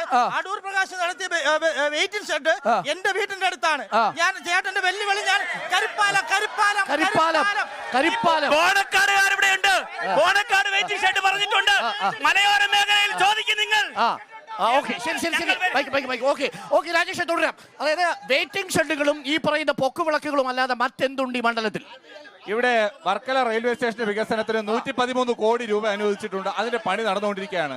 ആറ്റിങ്ങൽ ദേശീയപാത വികസനം അതിനു വേണ്ടിയുള്ള പണം അനുവദിച്ചു. കഴിഞ്ഞ അദ്ദേഹം എത്രയോ കാലമായി മുടങ്ങിക്കിടന്ന പദ്ധതിയാണ് അത് പുനരാരംഭിക്കാൻ കഴിഞ്ഞു. അതോടൊപ്പം തന്നെ ISROയിൽ ഭൂമി ഏറ്റെടുത്ത ആളുകൾക്ക് അവർക്ക് നഷ്ടപരിഹാരം കൊടുക്കാൻ 68 കോടി രൂപ. ഇതുപോലുള്ള ഈ നിയോജക മണ്ഡലത്തിലുള്ള നിരവധിയായ വികസന പ്രവർത്തനങ്ങൾ, എത്രയോ കാലമായി മുടങ്ങിക്കിടന്ന നിരവധിയായ പദ്ധതികൾ, വിളക്കുകളും ഉണ്ടെന്നുള്ളത് സംഭവിച്ചല്ലോ. ഇപ്പൊ വെയിറ്റിംഗ് ഷെഡ് ഉണ്ടല്ലോ, വിളക്കുകളുണ്ടല്ലോ, വഴിവിളക്കുകളുണ്ടല്ലോ, വെളിച്ചം പകർന്നല്ലോ. ഇവിടെ ഇരുട്ടായി കിടന്ന പ്രദേശങ്ങൾ വെളിച്ചം പകർന്നല്ലോ. ഇതിനു മുമ്പ് MP മാരുണ്ടായിരുന്നല്ലോ, അവർ ചെയ്തില്ലല്ലോ. ശരി ശരി ബാലമുരളി, വളരെ പ്രധാനപ്പെട്ട ഒരു ചോദ്യം ഒരു വോട്ടർ ചോദിച്ചത് ഇതാണ്. വീണ്ടും അവർ അതേ പ്രശ്നത്തിലേക്ക് ആദിവാസി മേഖലയെ കുറിച്ച് പറഞ്ഞു. ആദിവാസി മേഖലയടക്കം വാലിപ്പാറ അടക്കം എലിമല അടക്കമുള്ളിടത്ത് 20 ലക്ഷം രൂപയുടെ 25 ലക്ഷം രൂപയുടെ 2 പാലങ്ങൾ അനുവദിച്ചു. ബാലമുരളി, എന്തുകൊണ്ടാണ് പ്രധാനമന്ത്രി ന്യൂനപക്ഷങ്ങളെ വേട്ടയാടുന്ന തരത്തിലുള്ള പ്രസ്താവനകൾ നടത്തുന്നത് എന്നതാണ് അദ്ദേഹം ചോദിക്കുന്നത്. മുസ്ലിം വിഭാഗത്തിൽപ്പെട്ടവർ നുഴഞ്ഞുകയറ്റക്കാരാണെന്നും അവർ കൂടുതൽ കുട്ടികളെ ഉണ്ടാക്കുന്നുവെന്നും അവർ ഈ സ്വത്തിന് അവകാശികളായി മാറുമെന്നുമുള്ള ഭീതി എന്തിനു പരത്തുന്നു? ഈ പൗരത്വ ഭേദഗതി നിയമത്തെക്കുറിച്ച് വളരെ തെറ്റായ രീതിയിലുള്ള പ്രചരണം ഭാരതത്തിലെമ്പാടും നടക്കുന്നു. അതിന്റെ യഥാർത്ഥ വസ്തുത മനസ്സിലാക്കുവാൻ വേണ്ടിയിട്ടാണ് നിങ്ങൾ തയ്യാറാകേണ്ടത്. അതുമായി ബന്ധപ്പെട്ട് ഏതെങ്കിലും പരാമർശം ഉണ്ടായിട്ടുണ്ടെങ്കിൽ അതിനെ ഈ രീതിയിൽ അധിക്ഷേപിക്കേണ്ട കാര്യമില്ല. കാരണം ഭാരതത്തിൽ നിന്നും വിഭജിച്ചു പോയ ചില രാജ്യങ്ങളുണ്ട്, പാകിസ്ഥാൻ, ബംഗ്ലാദേശ്, അഫ്ഗാനിസ്ഥാൻ, ഈ തുടങ്ങിയ രാജ്യങ്ങളിലെ ന്യൂനപക്ഷ വിഭാഗങ്ങൾ അഫ്ഗാനിസ്ഥാൻ ഇപ്പൊ വിഭജിച്ചു പോയി. അല്ല, ഭാരതത്തിന്റെ ഭാഗമായിരുന്നല്ലോ. അല്ല, നമ്മുടെ ഭാഗമായിരുന്നില്ല. നമ്മുടെ ഭാഗമല്ല അഫ്ഗാനിസ്ഥാൻ, ബംഗ്ലാദേശും പാകിസ്ഥാനും. ബംഗ്ലാദേശ്, പാകിസ്ഥാൻ, ഇത് 2 രാജ്യങ്ങളും. പാകിസ്ഥാനും ബംഗ്ലാദേശും. അപ്പോൾ ഇങ്ങനെയുള്ള രാജ്യങ്ങളിലെ ന്യൂനപക്ഷ വിഭാഗങ്ങൾ, അവിടെ ഹിന്ദുക്കളുണ്ട്, ക്രിസ്ത്യാനികളുണ്ട്, പാഴ്സികളുണ്ട്, സിഖുകാരുണ്ട്, ജൈനന്മാരുണ്ട്, ജൂതന്മാരുണ്ട്. ഇങ്ങനെയുള്ള അവിടത്തെ മതന്യൂനപക്ഷം മതപീഡനം നേരിടുന്നു. അവരെ സംരക്ഷിക്കാൻ, അവർക്ക് പൗരത്വം കൊടുക്കാൻ വേണ്ടിയിട്ടാണ് ഈ പൗരത്വ ഭേദഗതി നിയമം. പീഡനം അനുഭവിക്കുന്ന എന്താ പൗരത്വം കൊടുക്കാത്ത? മ്യാൻമാറിലെ പീഡനം അനുഭവിക്കുന്നവർക്ക് പൗരത്വം കൊടുക്കാത്ത എന്താ? ശ്രീലങ്കയിൽ പീഡനം അനുഭവിക്കുന്നവർക്ക് കൊടുക്കാത്ത എന്താ? പ്രകാരം പൗരത്വം സംബന്ധിച്ചിട്ടുള്ള നിയമങ്ങൾ പാസ്സാക്കാൻ ഇന്ത്യൻ പാർലമെന്റിന് അധികാരമുണ്ട്. പാർലമെന്റിൽ പക്ഷേ ആ അധികാരത്തിൽ മതം എന്തിനുൾപ്പെടുത്തി? അതാണ് ചോദ്യം സാർ. ഭൂരിപക്ഷമുള്ള പാർട്ടി അവരുടെ നയം അനുസരിച്ച് ആ കാര്യങ്ങൾ, ആ നയമാണ് ചോദ്യം ചെയ്തത്. മുസ്ലിം വിഭാഗത്തെ ഒഴിവാക്കിക്കൊണ്ടൊരു പൗരത്വം BJP-യുടെ പ്രകടന പത്രികയിൽ പറഞ്ഞിട്ടുള്ള കാര്യമാണ്. ഏകീകൃത സിവിൽ കോഡ് അടക്കം പൗരത്വ ഭേദഗതി നിയമം അടക്കം പാർട്ടിയുടെ BJP-യുടെ പ്രകടന ഒരു ചോദ്യം കൂടി. ആറ്റിങ്ങൽ മണ്ഡലമടക്കം തിരുവനന്തപുരം മണ്ഡലമടക്കം ലത്തീൻ കത്തോലിക് വിഭാഗത്തിന് വളരെ നിർണായകമായ സ്വാധീനമുള്ള മേഖലയാണ്. ഇന്ന് അവിടുത്തെ ബിഷപ്പിന് ഏറ്റവും പറഞ്ഞിരിക്കുന്നത് എന്താണെന്നറിയാമോ? വിഴിഞ്ഞ സമരത്തിന് ശേഷം നിങ്ങൾ അക്കൗണ്ടുകൾ ഫ്രീസ് ചെയ്തു, ED വിട്ട് നിങ്ങൾ ബിഷപ്പുമാരെ ഭീഷണിപ്പെടുത്തുന്നു, അവർക്ക് നിർബന്ധമായി ഈ സാധനങ്ങൾ കൊടുക്കേണ്ടി വരുന്നു. അല്ല, ED-യുടെ അന്വേഷണം വരുന്നത് ബിഷപ്പുമാരെ നേർക്ക് മാത്രമല്ല, ഇവിടുത്തെ മുഖ്യമന്ത്രിയുടെ പ്രതിപക്ഷ നേതാക്കളുടെ നേർക്ക് കൂടിയാണ്. ഡൽഹിയിലെ ഏറ്റവും വലിയ അഴിമതി ചൂലുമായിട്ട് തുടച്ചു നീക്കാൻ ഇറങ്ങിയ ആള് ജയിലിൽ കിടക്കുകയാണ്. ഇന്ന് അയാൾക്ക് ആഹാരം ശ്രമിക്കുന്നു എന്നുള്ള ആക്ഷേപമാണ് ഇന്നുള്ളത്, വേറെ ഒരു ആക്ഷേപവും ഇല്ല. അതുകൊണ്ട് ഉപ്പ് തിന്നവൻ വെള്ളം കുടിക്കും. ഈ അശോക് ചവാൻ വലിയ തട്ടിപ്പുകാരനാണെന്ന് നിങ്ങൾ പ്രചരണം നടത്തിയിട്ട് നിങ്ങളുടെ പാർട്ടി ചേർന്നപ്പോൾ പുള്ളി എന്തിനാ ഒഴിവാക്കിയത്? അത് അന്വേഷണം നടക്കും. അന്വേഷണത്തിന്റെ അന്വേഷണമില്ല, ക്ലോഷറാണ്. CBI റിപ്പോർട്ട് കൊടുത്തു സാർ. കോൺഗ്രസ് ആവശ്യപ്പെടുന്നു പിണറായി അകത്താക്കണമെന്ന്. കൃത്യമായിട്ടുള്ള തെളിവ് കിട്ടുമ്പോൾ അതും നടന്നിരിക്കും. 5 കൊല്ലം കൊണ്ട് അന്വേഷണം നടക്കുന്നു. അല്ല, ഇവിടെയാണ് ചോദ്യം. സുരേഷ് കുമാറെ, ഈ മണ്ഡലത്തിലെ വികസന പ്രവർത്തനങ്ങൾ ചൂണ്ടിക്കാട്ടിയാൽ അടൂർ പ്രകാശിന് വോട്ടുണ്ട് എന്നാണ് കോൺഗ്രസ്സുകാർ പറയുന്നത്. ഓരോ മണ്ഡലത്തിലും ഓരോ ഗ്രാമത്തിലും പൊക്കവിളക്കാണെങ്കിലും വെയിറ്റിംഗ് ഷെഡ് ആണെങ്കിലും അടൂർ പ്രകാശ് ഉണ്ടാക്കിയിട്ടുണ്ട്. ഇവിടെ മിനിമാസ് ലൈറ്റും 1-2 വെയിറ്റിംഗ് ഷെഡും അല്ലാതെ ജനങ്ങൾക്ക് ഉപകാരപ്രദമായിട്ടുള്ള ഒരു വികസന പ്രവർത്തനം ചൂണ്ടിക്കാണിക്കാൻ കഴിഞ്ഞാൽ, പട്ടി കടിക്കാതെ ഈ നഗരത്തിലൂടെ പോവാൻ വെളിച്ചം വേണ്ടേ? അത് കൊണ്ടുവന്നില്ലേ അടൂർ പ്രകാശ്? പറഞ്ഞോ മിനിമാസ് ലൈറ്റ് അല്ലാതെ അദ്ദേഹത്തിന്റെ പ്രകടന പത്രികയിൽ ചില കാര്യങ്ങൾ പറഞ്ഞിട്ടുണ്ട്. കയർ, മത്സ്യബന്ധന, കാർഷിക മേഖലയിൽ മൂല്യവർദ്ധിത യൂണിറ്റുകൾ സ്ഥാപിക്കും. ഒരെണ്ണം സ്ഥാപിച്ചിട്ടുണ്ടോ? 25 വർഷമായി പൂട്ടിക്കിടന്ന ആറ്റിങ്ങൽ സ്റ്റീൽ ഫാക്ടറി തുറന്നു പ്രവർത്തിക്കാൻ സാധിച്ചിട്ടുണ്ടോ?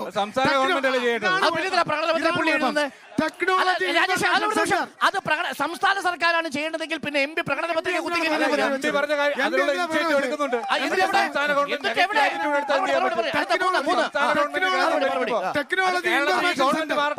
ടെക്നോളജി ഇൻഫർമേഷൻ സെന്റർ ആരംഭിച്ചിട്ടില്ല. കടക്കാവൂർ, ചിറയൻകീഴ്, വർക്കല, ശിവഗിരി റെയിൽവേ സ്റ്റേഷനിൽ എക്സലേറ്ററും വിശ്രമ കേന്ദ്രവും സ്ഥാപിക്കും. സ്ഥാപിച്ചിട്ടില്ല. മലയോര റെയിൽവേ കൊണ്ടുവരും. സ്ഥാപിച്ചിട്ടില്ല. ആറ്റിങ്ങൽ മണ്ഡലത്തിൽ സ്ഥിര താമസക്കാരനാവും. അദ്ദേഹത്തിന്റെ അവസാനത്തെ പ്രകടന പത്രികയിലെ ഈ ജനങ്ങൾക്ക് കൊടുത്ത വാഗ്ദാനമാണ്. ഒരെണ്ണം പോലും ഈ നാട്ടിലെ സാധാരണക്കാരായിട്ടുള്ള ജനങ്ങൾക്ക് മേൽ സാധിച്ചു കൊടുക്കാൻ മോഹന വാഗ്ദാനങ്ങൾ.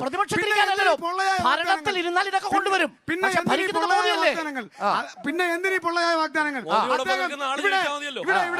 ഇവിടെ പ്രിയങ്കരനായ സമ്പത്ത് എംപിയെ സംബന്ധിച്ച് സൂചിപ്പിച്ചു. ഒരു താരതമ്യം, ഇവിടെ കമ്പ്യൂട്ടർ ലാബ് സ്കൂളുകൾക്ക് പാവപ്പെട്ടവന്റെ മക്കൾ പഠിക്കുന്നത് 47 കമ്പ്യൂട്ടർ ലാബുകൾ കഴിഞ്ഞ 5 വർഷക്കാലം സമ്പത്ത് അടൂർ പ്രകാശിന്റെ സംഭാവന വട്ടപൂജ്യം. ഗ്രന്ഥശാല കെട്ടിടങ്ങൾ സമ്പത്തിന്റെ കാലത്ത് 8, അടൂർ പ്രകാശിന്റെ കാലത്ത് 0. പട്ടികജാതി പട്ടികവർഗ പഠനമുറികൾ സമ്പത്തിന്റെ കാലത്ത് 9, അടൂർ പ്രകാശിന്റെ കാലത്ത് 0.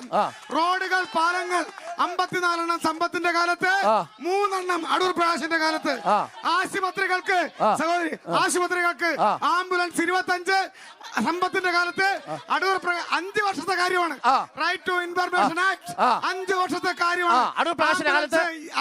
സർക്കാർ ആശുപത്രികൾക്ക് ആംബുലൻസ് 25, അടൂർ പ്രകാശിന്റെ കാലത്ത് 1. അടൂർ പ്രകാശിന്റെ കാലത്ത് 1. 5 വർഷം ഇരുന്ന കാര്യമാണ്. സമ്പത്ത് 20 വർഷം. ആറ്റിങ്ങൽ മണ്ഡലത്തിൽ കണക്കുകൾ എണ്ണി ചോദിക്കും വോട്ടർമാർ എന്ന കാര്യത്തിൽ സംശയമില്ല. ദേശീയ വിഷയവും സംസ്ഥാനത്തെ ഭരണവും ഒപ്പം തന്നെ മണ്ഡലത്തിലെ പ്രാദേശിക വികസനവും ചർച്ചയാകുന്നു എന്ന് ഉറപ്പ്. ഇടവേളയ്ക്ക് ശേഷം തിരിച്ചു വരാം. ഇനിയുമുണ്ട് വോട്ടർമാർക്ക് ചോദിക്കാൻ ചോദ്യങ്ങൾ. ഇടവേളയ്ക്ക് ശേഷം short break. Welcome back. Reporter കുരുക്ഷേത്രം തത്സമയം ആറ്റിങ്ങൽ ലോക്സഭാ മണ്ഡലത്തിൽ നിന്നും വിതുരയിൽ നിന്നുമാണ് പ്രേക്ഷകർക്കൊപ്പം ചേരുന്നത്. കടലോരം കൊണ്ട് വർക്കലയും മലയോരം കൊണ്ട് പൊന്മുടിയും ലോക ഭൂപടത്തിൽ അടയാളപ്പെടുത്തിയിട്ടും ആറ്റിങ്ങലിന് ഇത്ര വികസനം മതിയോ? ചോദ്യത്തിലേക്ക് വോട്ടർമാർ പറഞ്ഞോട്ടെ, എന്താ സാധ്യത? ചോദ്യം ഞാൻ എനിക്ക് പറയാനുള്ളത് ഇന്ത്യൻ ജനതയോടാണ്. അതായത് ഈ നമ്മുടെ ഇന്ത്യൻ ജനാധിപത്യത്തില് ഞാനൊരു കുട്ടൻസോട് പിടിക്കാം കേൾക്കത്തുള്ളൂ. പറഞ്ഞോ. അല്ല ഇങ്ങനെ വിടുന്നേ. പറയാനുള്ളത് പിന്നെ ഇടതുപക്ഷ ജനാധിപത്യ മുന്നണി ഈ രാജ്യത്ത് അധികാരത്തിൽ പറഞ്ഞു. പിന്നെ പറഞ്ഞേക്ക് പിന്നെ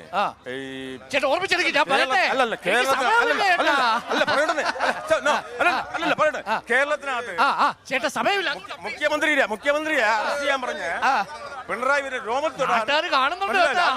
ശരി ശരി എന്താ പറഞ്ഞേ, എന്താ സാധ്യത? അല്ല സാധ്യത ഇവിടെ ഇടതുപക്ഷത്തിന് തന്നെയാണ് സാധ്യത, 100% സാധ്യത.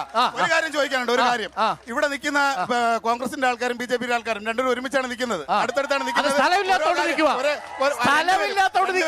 രണ്ടുപേരും നിൽക്കുക. അപ്പൊ കഴിഞ്ഞ പ്രാവശ്യം ഇവിടെ ഒരു ഡീല് നടന്നിട്ടുണ്ട്. അടൂർ പ്രകാശിന് വേണ്ടിയിട്ട് BJP വോട്ട് മറിച്ചതായിട്ട് ഒരു ഡീല് നടന്നിട്ടുണ്ട്. ആ ഡീലിന്റെ പുറത്തുള്ള ഒരു വോയിസ് റെക്കോർഡ് റിപ്പോർട്ടർ തന്നെ ബ്രേക്കിംഗ് ചെയ്തിട്ടുണ്ട്. അപ്പൊ ഇതിപ്പോ ഇവിടത്തെ ഡീലാണോ എന്ന് അറിയണം. അതാണ് ഈ മണ്ഡലത്തിൽ ഇടതുപക്ഷ ജനാധിപത്യ മുന്നണി അഡ്വക്കേറ്റ് വി ജോയ് വൻ ഭൂരിപക്ഷത്തിൽ തെരഞ്ഞെടുക്കപ്പെടും. കാരണം കഴിഞ്ഞ പ്രാവശ്യം ജനങ്ങൾക്ക് പറ്റിയ ഒരു അബദ്ധം അത് വീണ്ടും തിരുത്താനുള്ള ഒരു അവസരമാണ് ഈ മണ്ഡലത്തിൽ. എനിക്ക് കോൺഗ്രസ് പ്രതിനിധിയോടാണ് ചോദിക്കാനുള്ളത്. രാഹുൽ ഗാന്ധി ഇവിടെ വന്ന് 2 ദിവസം മുമ്പ് ഒരു പ്രസ്താവന നടത്തി. എന്തുകൊണ്ട് പിണറായി വിജയൻ എടുത്ത് അകത്തിടുന്നില്ല എന്ന്. സ്വന്തം അളിയൻ ഒരുപാട് കോടി രൂപ 170 രൂപ BJPക്ക് കൊടുത്തിട്ട് എന്തുകൊണ്ടാണ് അളിയനെ പിടിച്ച് വീട്ടിൽ നിന്ന് പുറത്താക്കാത്തത്, അല്ലെങ്കിൽ ED-യെ വിളിച്ചുകൊണ്ട് വീട്ടിലോട്ട് കൊണ്ടുവരാത്തത്? ഇനി ഒന്നുകൂടെ ഇതേപോലെ തന്നെയാണ് ആന്റണിയുടെ മകനും പിന്നെ ഇപ്പോ മുരളീധരന്റെ സഹോദരിയും തമ്മിൽ വ്യത്യാസമില്ല. പിന്നെ എന്തിനാണ് കോൺഗ്രസ് വോട്ട് ചെയ്യുന്നത്? എനിക്ക് പറയാനുള്ളത് വേറെ ഒരു കാര്യമില്ല. ഈ 3 പാർട്ടിക്കാരടുത്തുള്ള പറയാനുള്ളത് പറഞ്ഞാൽ പുളിമൂട് പോലും തുളിക്കുള്ള റോഡ് ഒന്ന് ശരിയാക്കി തന്നു കഴിഞ്ഞാൽ ഏറ്റവും നല്ലത്.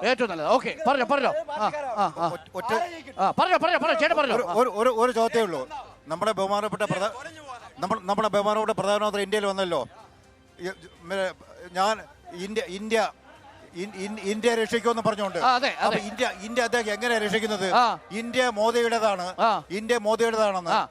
അദ്ദേഹം 10 വർഷം മുമ്പ് ഇന്ത്യ ഭരിച്ചല്ലോ. അപ്പൊ എന്തുകൊണ്ട് അദ്ദേഹം അങ്ങനെ ഒരു വാക്ക് ഉപയോഗിച്ചില്ല? മാത്രമാണ് എനിക്ക് ചോദിക്കാനുള്ളതെന്ന് പറഞ്ഞു കഴിഞ്ഞാല് ഈ അടുത്ത സമയത്ത് നിങ്ങളെപ്പോലെ ഒരു പത്രപ്രവർത്തകൻ സമ്പത്തിന്റെ അടുത്ത് ചോദിച്ചു എന്തുകൊണ്ടാണ് താങ്കൾ തോറ്റത്. പുള്ളി പറഞ്ഞ മറുപടി എന്ന് പറയുന്നത് കഴിഞ്ഞ പ്രാവശ്യം ഇവിടെ രാഹുൽ ഗാന്ധി പ്രധാനമന്ത്രിയാവും എന്ന് പറഞ്ഞ് കോൺഗ്രസ് വോട്ട് പിടിച്ചത് കൊണ്ടാണ് ഞാൻ തോറ്റത്. അങ്ങനെയാണെങ്കിൽ ഇപ്പൊ ജോയ് ഔട്ട്. അപ്പൊ പിന്നെ മത്സരം വി മുരളീധരനും പ്രകാശും തമ്മിലാണ്.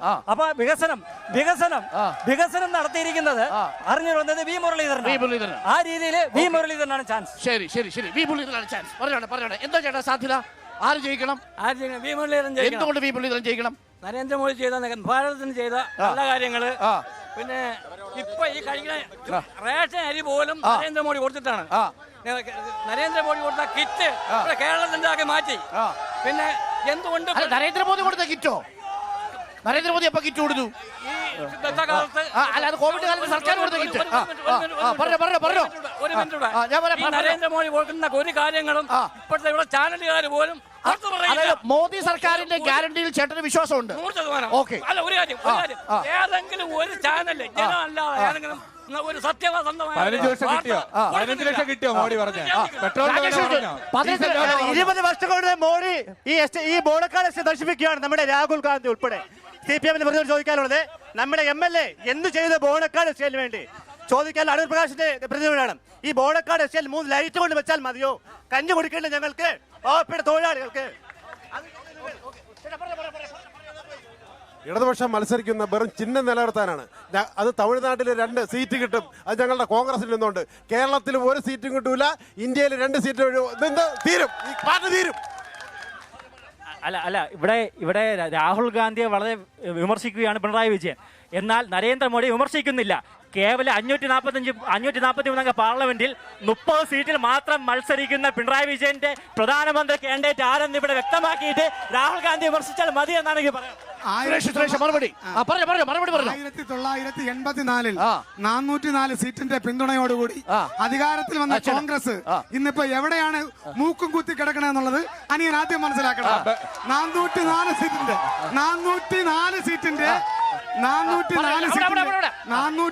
സീറ്റിന്റെ പിൻബലത്തോടുകൂടി ഇന്ത്യ മഹാരാജ്യത്ത് 1984 ബംഗാളിൽ CPM-ന്റെ കയ്യിൽ നിന്ന് കിട്ടിയ 12 സീറ്റിന്റെ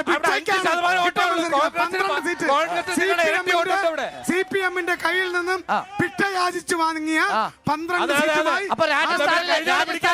രാജസ്ഥാനിലെ ശിക്കാർ സീറ്റ് നിങ്ങൾ ഭിക്ഷ വാങ്ങിച്ചാണോ? ഇല്ല NDA മുന്നണി. ശരി. എന്തുകൊണ്ട് ജയിക്കണം വിജോയ്?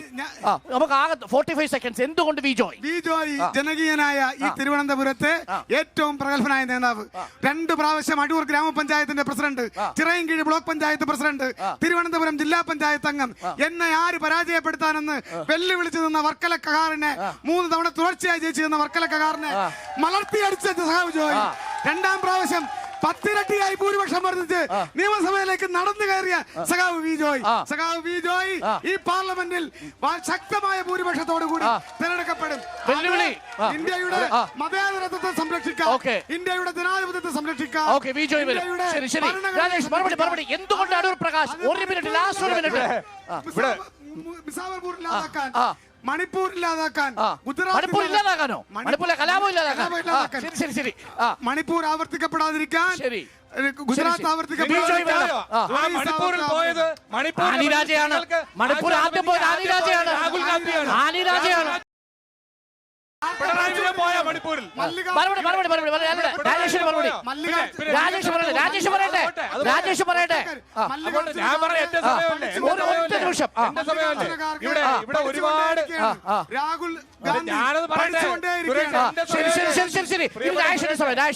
ഇവിടെ വികസനത്തെ കുറിച്ച് ഒരുപാട് പറഞ്ഞു. ഞങ്ങൾ ചെയ്ത വികസനം, അടൂർ പ്രകാശ് ചെയ്ത വികസനം, UDF-ന്റെ കാലത്ത് ചെയ്ത വികസനം, അതെല്ലാം രേഖയായി ഇവിടെ ഉണ്ട്. പക്ഷെ ഇവിടെ മത്സരിക്കുന്ന സ്ഥാനാർത്ഥി ഇവിടെ ബിജോയ് ചെയ്ത വികസനം, ബിജോയ് അതേ MLA ആയിരുന്നു. എന്ത് വികസന പ്രവർത്തനമാണ് ഇവിടെ ചെയ്തതെന്ന് ചോദിക്കട്ടെ. അവിടെ ഒരു ഫ്ലോട്ടിംഗ് ബ്രിഡ്ജ് ഉണ്ടാക്കി, കോടികൾ കടലിലൊഴുകി പോയി. അവിടെ വെട്ടിപ്പിന്റെ വികസനമാണ്, അഴിമതിയുടെ വികസനമാണ്. 35 കോടി രൂപ എടുത്ത് അവിടെ ഒരു സ്റ്റേഡിയം ഉണ്ടാക്കി. സ്റ്റേഡിയം കാട് പിടിച്ച് പിടിച്ച് കിടക്കുകയാണ്. ഇവിടെ അഴിമതിയുടെ വികസനമാണ് ജോയ് നടത്തിയിട്ടുള്ളത്. പിന്നെ കേന്ദ്രമന്ത്രിയോട് മത്സരിക്കുന്നു. കേന്ദ്രമന്ത്രിക്ക് ഈ നിയോജകമണ്ഡലത്തിലെ ജനങ്ങളോട് എന്ത് പ്രതിബദ്ധതയാണുള്ളത്? അദ്ദേഹം ഇത്രയും കാലം കേന്ദ്രമന്ത്രിയായിരുന്നു. ഇവിടെ ഏതെങ്കിലും ഒരു വികസനം തുടങ്ങിയോ? ഒരു പെട്ടിക്കട, ഒരു ലൈറ്റ് ഉണ്ടാക്കിയോ? ഒരു കാര്യം ചെയ്തോ? അപ്പൊ ഇതൊന്നുമില്ലാതെ ഇവിടെ ഏതെങ്കിലും രീതിയിൽ വികസന പ്രവർത്തനം നടത്തുന്നവരെ അധിക്ഷേപിക്കുക എന്നുള്ളതല്ലേ? അദ്ദേഹം എവിടെ ഒന്നെങ്കിലും പാർലമെന്റ് അംഗമായല്ലോ. പിന്നെ എന്തിന്റെ കേരളത്തിൽ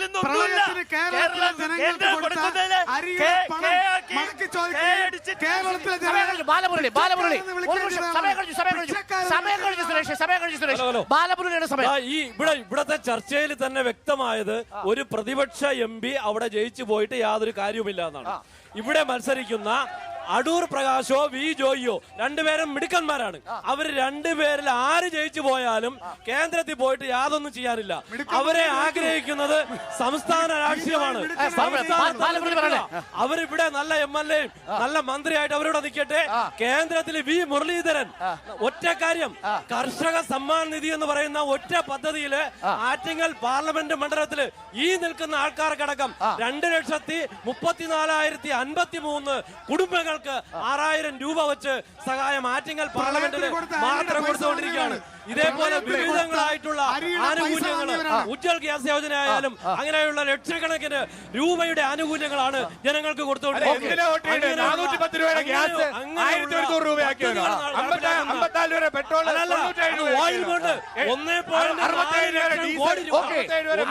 മണ്ഡലത്തിലെ രാഷ്ട്രീയം തിളച്ചുമറിയുകയാണ്. ദേശീയ രാഷ്ട്രീയ വിഷയം, സാധാരണ ജനങ്ങളുടെ നിത്യജീവിത ചെലവിലെ വ്യത്യാസം, ഇതെല്ലാം തെരഞ്ഞെടുപ്പിൽ പ്രതിഫലിക്കുമെന്ന് ഉറപ്പാണ്. കർഷകനും ഒപ്പം തന്നെ കലാകാരനും വിശ്വാസിയും ഒക്കെ ഇടകലർന്ന ഈ മണ്ഡലത്തിൽ ആര് വിജയിക്കുമെന്നത് സസ്പെൻസുള്ളതായി തുടരുന്നു. നമ്മൾ ആറ്റിങ്ങലിൽ നിന്നും ഗുഡ് ബൈ പറയുന്നു. നാളെ നമുക്ക് കണ്ടുമുട്ടാം തലസ്ഥാന നഗരിയിൽ തിരുവനന്തപുരത്ത്. റിപ്പോർട്ടർ കുരുക്ഷേത്രം തത്സമയം. എല്ലാ പ്രേക്ഷകർക്കും നന്ദി. ഗുഡ് നൈറ്റ്, ശുഭരാത്രി.